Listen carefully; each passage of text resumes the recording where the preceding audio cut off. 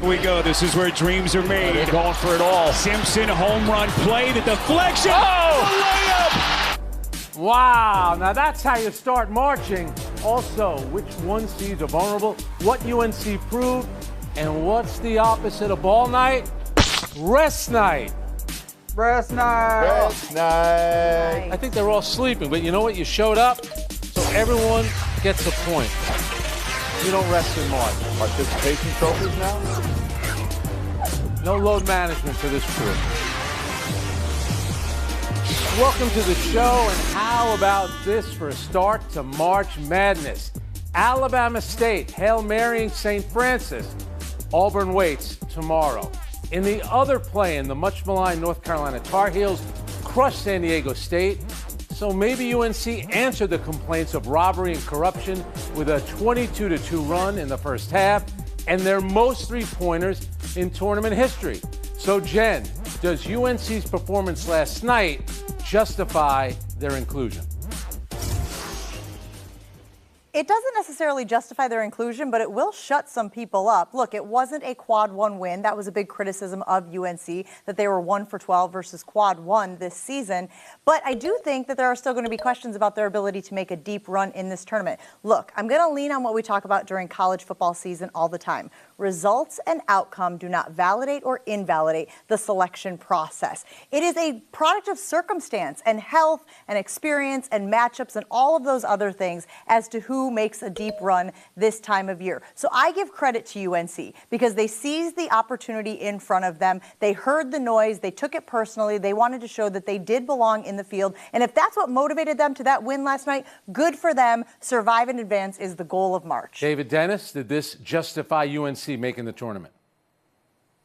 No, it didn't. Two things can be true. A team did not deserve to get in, but also UNC and Hubert Davis and that coaching staff got a team ready and used what everybody was saying as motivation to have one of the best performances that they've had all season, putting up 95 points against a team that hadn't allowed 80 all season. Think about the week that this team had been through. A heartbreaking lane violation at the end against Duke. Yep. Them thinking their season is over. Their season continuing, and then everybody saying they don't deserve to be there. To rally your team together to come up with a performance like that, which may propel you even further, is a commendable effort by the team and that coaching staff. All right, Mina, tell me, if I'm Indiana, West Virginia, shouldn't I feel worse? Because I'm thinking that could have been us playing in that game, and we're now advancing to the field of 64. No, because you're a better basketball team. I mean, quality of opponent matters when we talk about how good these teams are, and quality of win is something we have to talk about when we examine whether or not they deserve to be there, or proved rather that they deserve to be there. You talked about the margin of victory, 27 points, the second most in First Four history. That's great. They averaged a 6-point margin of victory, which was 80th during the season. That is why people have criticized this team in their inclusion. You talked about how well they shot from three, 58%. That's remarkable. They were 36% from three during the season, which was 70th best in college basketball. Look, this was not a good team, and they beat a team that was not particularly good either. If, however, they continue to win going forward, then we can have a different conversation. Jay Adonde, what do you think about Carolina? Well, Mina, we've forgotten about the term quality loss. We never hear that anymore. And 3 of Carolina's last 4 losses of the season were to Duke, a number 1 seed.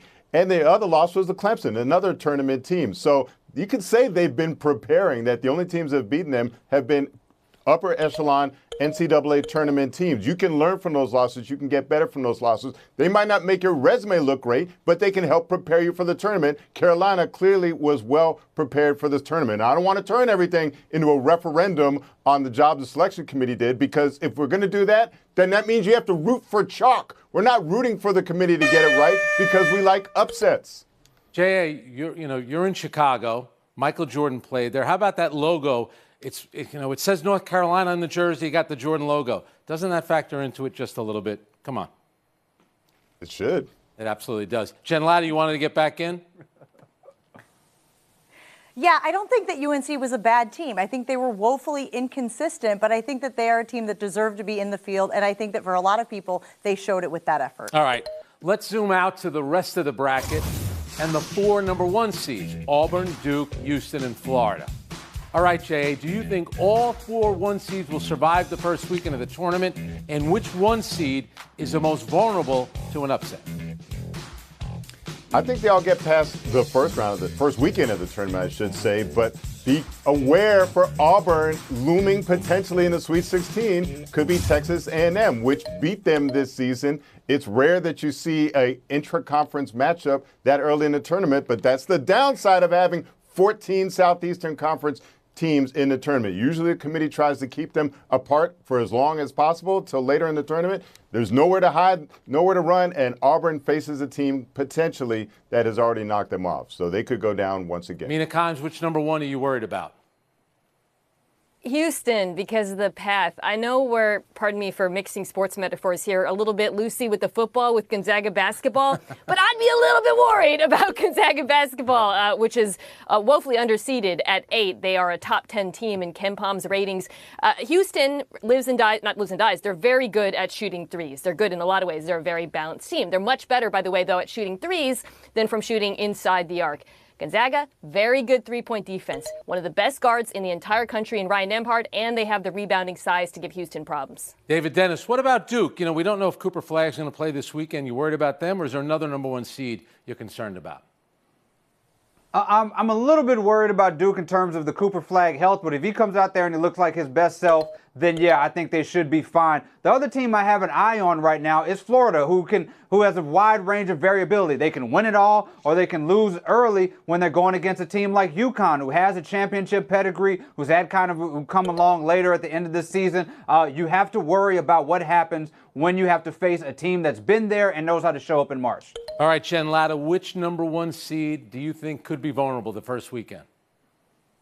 I think there's a very good chance that all 4 of these 1 seeds make it to the Final Four, but if I have to pick one, it's Auburn. They've lost 3 of their last 4. In their path is a Louisville team that can shoot the lights out, or a Creighton team that has dominant post play, experienced guard play, and plays stifling defense. And oh, by the way, at the bottom of their bracket, they've got Michigan State. Tom Izzo, I never count him out, and they are a team that could make a run as well, the Big Ten regular season champion. So I think they have the toughest road to the Final Four. And because of this show, you're not allowed to pick all 4 1 seeds to make it to the Final Four.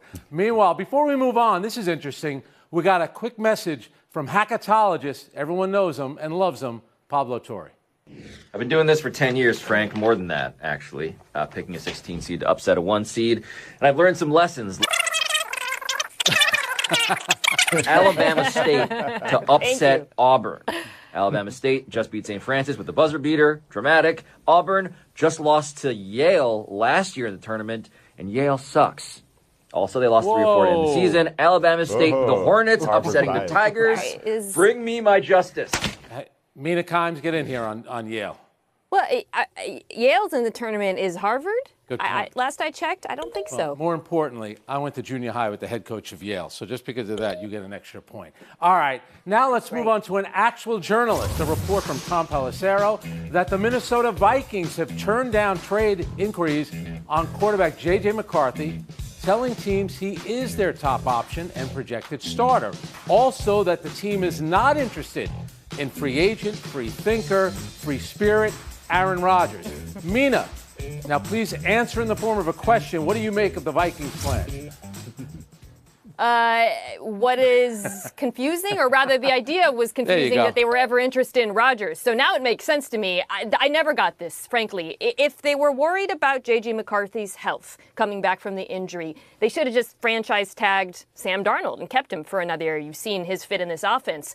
If you need a bridge quarterback, or at least a qualified veteran with J.J. McCarthy, Rodgers doesn't make sense in that regard, not just because of all of the off-field baggage and whatnot and the risk of bringing him into that room, but also he's not a good fit in Kevin O'Connell's offense, which really asks quarterbacks to go under center, boot out, uses a lot of motion. These are not things that Aaron Rodgers likes. So them reportedly not going with Rodgers, that makes sense to me. All right, let's boot out to David Dennis. David, what do you make of this whole thing with the Minnesota Vikings?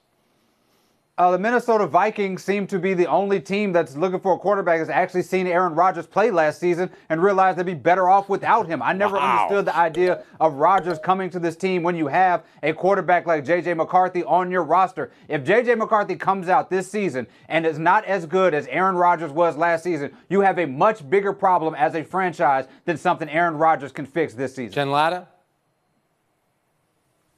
Yeah, I like the decisiveness. I like the diplomacy from Kevin O'Connell because he's not saying never. He's just saying not right now. They need to see how healthy J.J. McCarthy is. Right. They need to see what he can do in that offense. And everybody has talked about how it's a real risk bringing an Aaron Rodgers character into that locker room. Look no further than Cam Hayward with the Steelers already saying that he's fatigued by the whole will he or won't he, which team is he going to go to. I imagine that exists in the Vikings locker room as well, whether they have said it or not. So I like that he is saying, look, if things go sideways, we might explore that as an in case of emergency break glass option. But right now, this is a team coming off a 14-win season. A lot of people think they crushed the offseason with their free agent moves. Everything is going really well for the Vikings. Why mess up that mojo by bringing Aaron Rodgers in? Jay Adonde, don't you think that they're taking a risk here, though, for a guy that's never played an NFL down and thinking he could be the guy for a team that was a contender last season? No, and they've got time. You know, add to the list of all those things that Jen described. None of those reek of desperation, right? And I think you would have to be desperate or particularly eager to win right now to roll the dice on Aaron Rodgers this season. And it's not as if he's guaranteed to get you to a Super Bowl. I mean, the Aaron Rodgers of 2021, the last MVP that he won, that team lost in the divisional round of the playoffs. So you're not getting that version, which means no team is an Aaron Rodgers away from the Super Bowl. The Vikings have Justin Jefferson under contract through 2028. They have time. All right, that's your horn. Let's take a break. We come back, buy or sell. So, Mina, rank your favorite hosts. Tony Reale, Ken Jennings, and Frank Isola, number one. Don't do it, Mina. bang. Smart. That's why you can tell she's intelligent.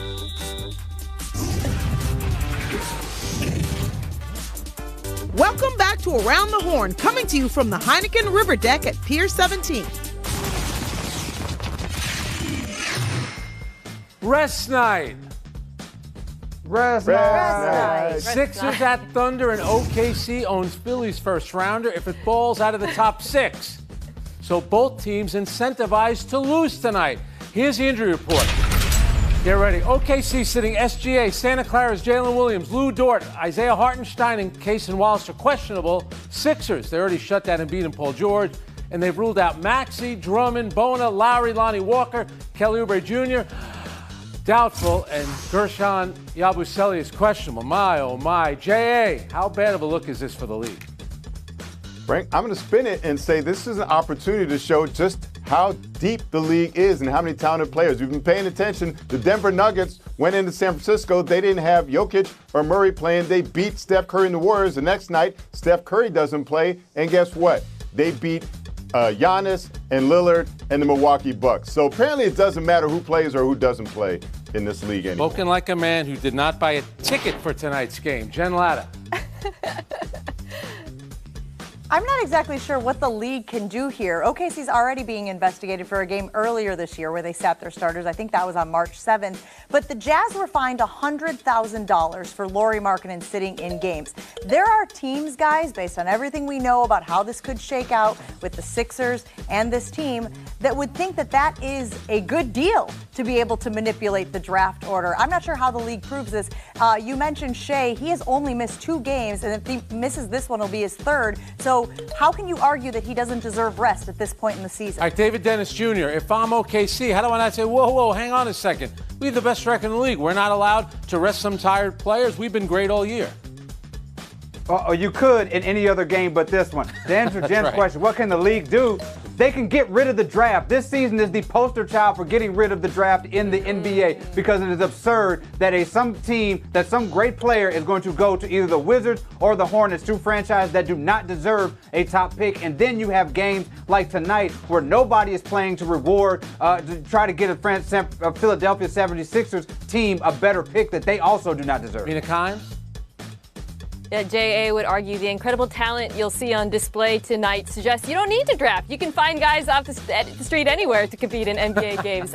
College teams do it. It's laughable. It is laughable what we're about to see. And it's kind of perfect, right? Because Jennifer talked about how the Thunder have been fined for this season. They also have a history sitting SGA in 2020, I believe, for much of the season, holding him out with that injury. The Sixers, of course, are the infamous poster child for this with the process. It makes perfect sense that these two tanking teams are running into each other, the Thunder only for one game, of course, because there is no current solution right now in the NBA. This is March in the NBA.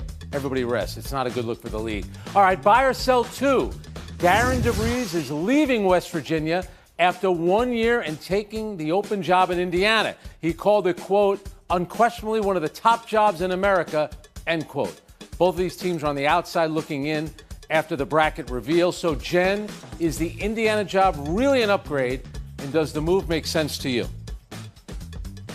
Is it one of the top jobs in the country anymore? I remember 2 decades ago, I went to Marquette. Tom Crean was at Marquette. When he left for Indiana, he gave an explanation of 2 words. He said, it's Indiana. And it was sort of understood among sports fans what he meant. Indiana had this incredible reputation as a basketball school, but they haven't won the Big Ten since 2015, 2016. And don't look now, but they are investing a ton of money in that football program led by Curt Cignetti that had a historic year last season. I'm not sure that Indiana is an upgrade from where he was. If it's just about getting back to the Midwest because he's a Midwestern guy, I get it, but I don't know that it is the upgrade it used to be. David Dennis?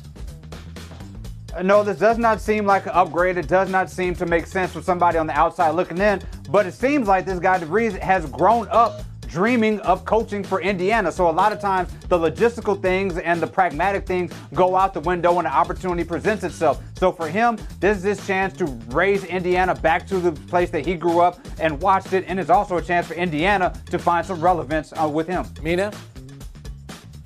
Yeah, Jen was right in pointing out that Indiana is not what it has historically been. They've missed the tournament in 6 of the last 8 seasons. But what we're seeing right now in college basketball doesn't take very long for a really good coach to turn things around. Not only would DeVries be joining this program and bringing his recent success, he also might be bringing his son Tucker, who redshirted this season and is quite good. Say it. You wanted to say Rick Pitino. Jay Adande.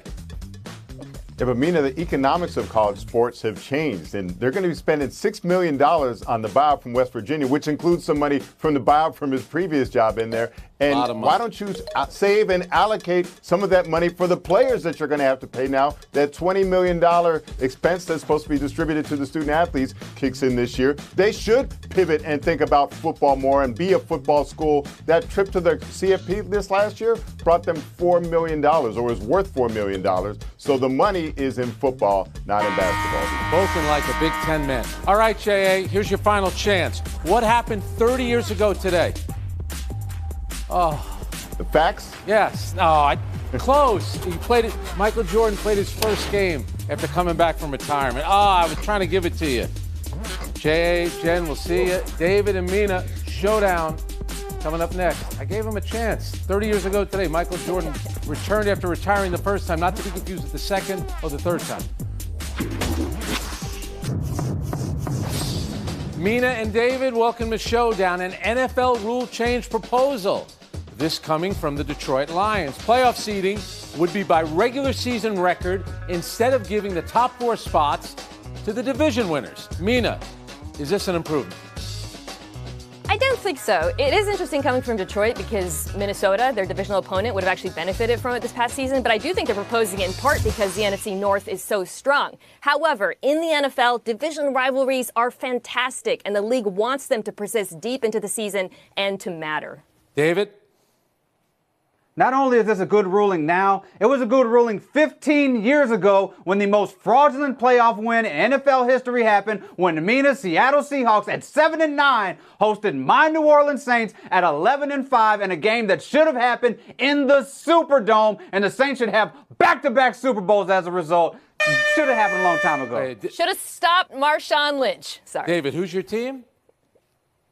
New Orleans? New Orleans Football Saints. By the way, this would have impacted the Commanders, the Chargers, and the Vikings. They would have home games last year. You get a point there. Mina gets a point, though, because she's right about the divisions. Winning the division matters. All right, Dodgers beat the Cubs again this morning. I know you guys were up bright and early watching it. How about this one specific moment from the Dodgers win? Former NFL quarterback Rodney Peete snagging this foul ball in front of Max Muncy. He's in foul territory behind the net. But, David, fair or foul for him to make the play here? Absolutely fair. The ball was already below Muncie's glove when Rodney Peete caught it. But also, 30 years ago, on the set of Hanging with Mr. Cooper, Rodney Peete proposed to Holly Robinson Peete in one of the coolest, smoothest moments in sitcom unscripted history. He can do no wrong. Now you're making sense. Mina Kimes? Holly Robinson Peete, who came out and said, my man was protecting me. That ball was coming right at me. So it was definitely fair. Also, Muncie didn't track it well. He had no chance of catching that thing. All right, so quickly, what school did Rodney Peete play quarterback at? Come on. You guys weren't even born yet. USC, baby. USC. You know, I'll give that to you. Also, Holly Robinson, I remember her going back to 21 Jump Street. That's how much older I am than you guys. Mina, take the win. So ESPN and others reported today that the Department of Defense, amidst an ongoing effort to purge government mentions of diversity, equity, inclusion, removed a website honoring Jackie Robinson's military service. It has since been restored, and their spokesperson, the Pentagon press secretary, said this: we do not view or highlight people such as Robinson through the prism of immutable characteristics such as race, amongst other things. So, look, Jackie Robinson was known for many things, but above all, first and foremost, it was his ongoing courage in the face of racial discrimination. In fact, in addition to crossing the color barrier in baseball, he served in a segregated unit in the Army and in one instance refused to move to the back of the bus, was arrested and acquitted. That matters. That history cannot be erased, it cannot be undone, and it must be recognized to fully understand and celebrate his legacy. Thanks, Mina. We're in a 118-hour-and-a-half break. Back Monday, 4 o'clock, ESPN2.